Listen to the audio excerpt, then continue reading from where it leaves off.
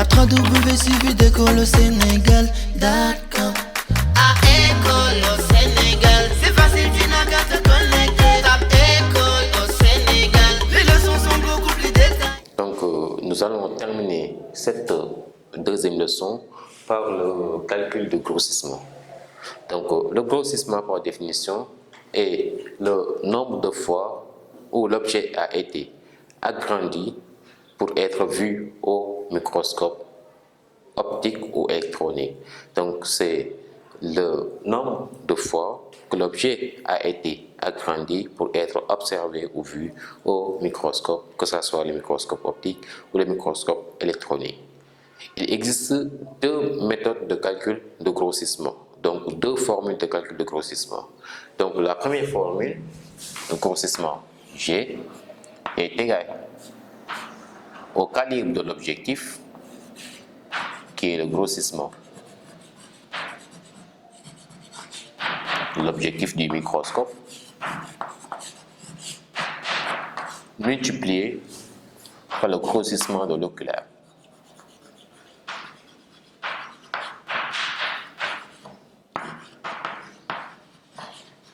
Et dans le cours précédent, nous avons vu que les objectifs sont marqués, mais aussi l'oculaire est marqué. Donc, si on connaît le grossissement de l'objectif et le grossissement de l'oculaire, nous pouvons alors en déduire le grossissement de l'appareil, c'est-à-dire le nombre de fois où l'objet a été agrandi. Et la deuxième formule du grossissement, c'est que le grossissement est égal à la taille mesurée ou apparente sur la taille réelle.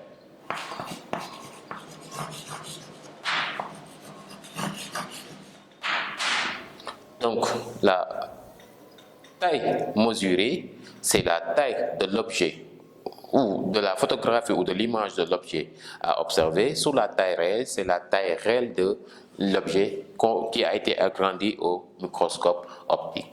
Donc, la plupart du temps, on peut déterminer, suite à une observation, le grossissement directement en utilisant l'appareil, ou on peut utiliser l'image, la photographie de l'objet pour pouvoir calculer le grossissement. Donc cette formule, la plupart du temps, s'applique à une photographie ou à un dessin de l'objet qui a été étudié. Donc dans ce cas, si on a par exemple un objet comme ça, une cellule comme ça, on peut calculer le grossissement si on connaît l'échelle, par exemple 1 cm pour 4 micromètres. Ça, c'est l'échelle. Rien qu'en ayant le dessin de la cellule et l'échelle, on peut déterminer la taille réelle. Il suffit alors de mesurer la taille la plus importante de la cellule qui devient la taille mesurée.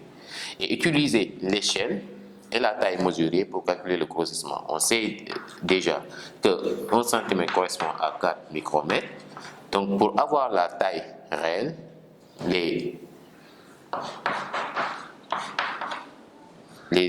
la taille mesurée ici va correspondre à la taille réelle. Et par règle de 3, par exemple, ici on peut mesurer avoir 5 cm. Dans ce cas, on remplace la taille mesurée par 5 cm.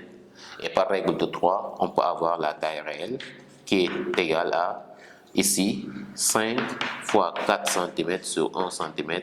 Et là, vous aurez 20 micromètres qui va correspondre à la taille réelle. Et si nous avons la taille mesurée et la taille réelle, on peut aisément calculer le grossissement. Donc, les deux techniques de calcul de grossissement sont les suivantes. La première technique ou la première méthode, c'est d'abord de calculer le grossissement à partir de l'appareil, parce que à chaque fois, le grossissement de l'objectif est marqué, mais aussi le grossissement de l'oculaire est marqué. Donc, à partir de l'appareil, on peut déterminer le nombre de fois où l'objet a été agrandi. Et pour l'autre formule de grossissement, c'est une formule qui s'applique aux dessins et aux images obtenues à partir de l'observation. Et pour cela, il faut d'abord déterminer la taille mesurée et déterminer la taille réelle en utilisant la taille mesurée et l'échelle donnée par l'exercice. Et la plupart du temps, il y a d'autres techniques également. Par exemple, si on a une figure comme ça, on peut vous demander de mesurer d'abord le périmètre.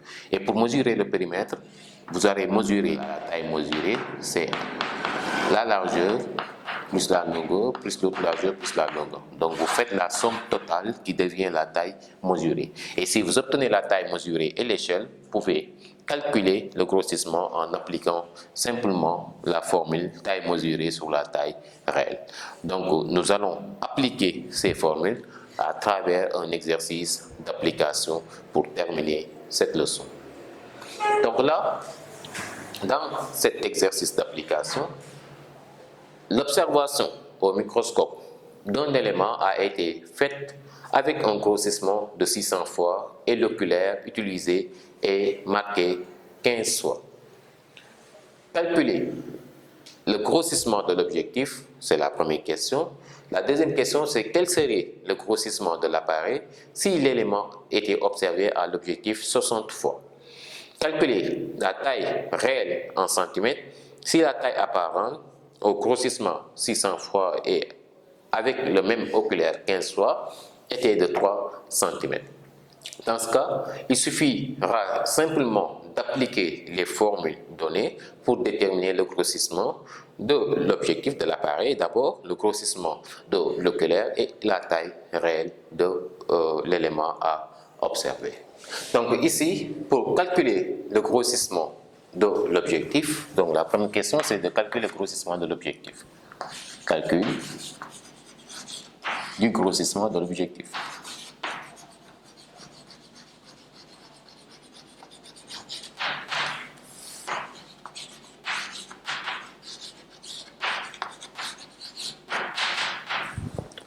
Donc on sait que le grossissement G est égal au calibre de l'oculaire ou le grossissement de l'oculaire multiplié par le grossissement de l'objectif. Dans ce cas, pour avoir le grossissement de l'objectif, on divise le grossissement par le grossissement de l'oculaire.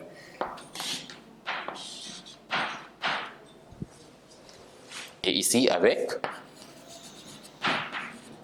le grossissement G, c'est donné, c'est 600 fois. Et le grossissement de l'oculaire est aussi donné 15 fois. Donc en application numérique, le grossissement de l'objectif devient égal à 600 sur 15, ce qui donne 40. Donc ceci entraîne que le grossissement de l'objectif est égal à 40 fois. Maintenant, après avoir calculé le grossissement de l'objectif, la deuxième question c'est quel serait le grossissement de l'appareil si l'élément était observé à l'objectif 60 fois. C'est-à-dire ici, en utilisant le grossissement ou le calibre de l'oculaire 15 fois, quel serait le grossissement de l'appareil si l'objectif 60 fois a été utilisé. Dans ce cas, on peut calculer le grossissement de l'appareil, sachant que le grossissement de l'oculaire c'est 15 fois et le grossissement de l'objectif 60 fois. Donc calculons le grossissement de l'appareil. Donc le grossissement est égal au grossissement de l'oculaire multiplié par le grossissement de l'objectif. Et on sait que avec plutôt le grossissement de l'oculaire, ici, qui est égal à 15, ça ne change pas, 15 fois, mais le grossissement de l'objectif, cette fois-ci, est égal à 60 fois. Maintenant, en application numérique, on peut déterminer aisément le grossissement G en faisant la multiplication des deux, ce qui nous donne 900. Donc le grossissement est égal à 900 fois.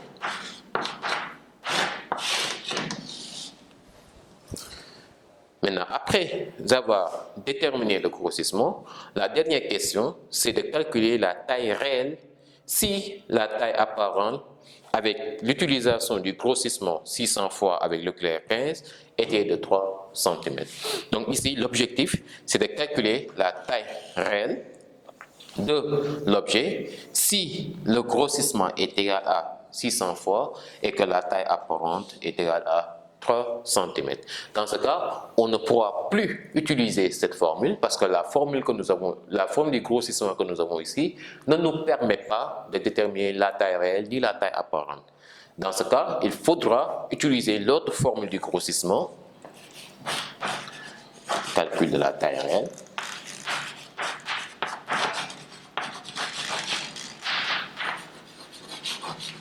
Donc il faudra utiliser l'autre formule du grossissement, G est égal à la taille mesurée ou la taille apparente sur la taille réelle.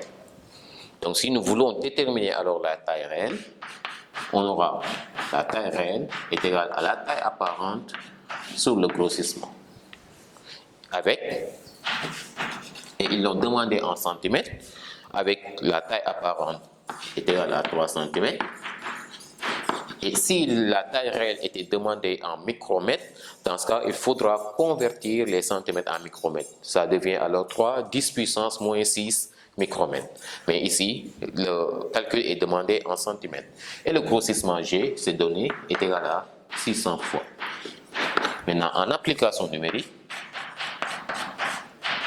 la taille réelle devient égale à quoi? À 3 sur 600. Ce qui nous donne 0,005 cm. Donc la taille réelle de l'objet observé est de 0,005 cm. Donc à partir du grossissement, nous pouvons déterminer la taille réelle ou la taille apparente. Et à partir de ces deux tailles, on peut également déterminer le grossissement. Donc c'est ce qui met fin à cette deuxième leçon. On se donne rendez-vous à un prochain enregistrement pour une nouvelle leçon du programme de la classe de L2. Bonne concentration. www.suividecolosénégal.com. À École au Sénégal.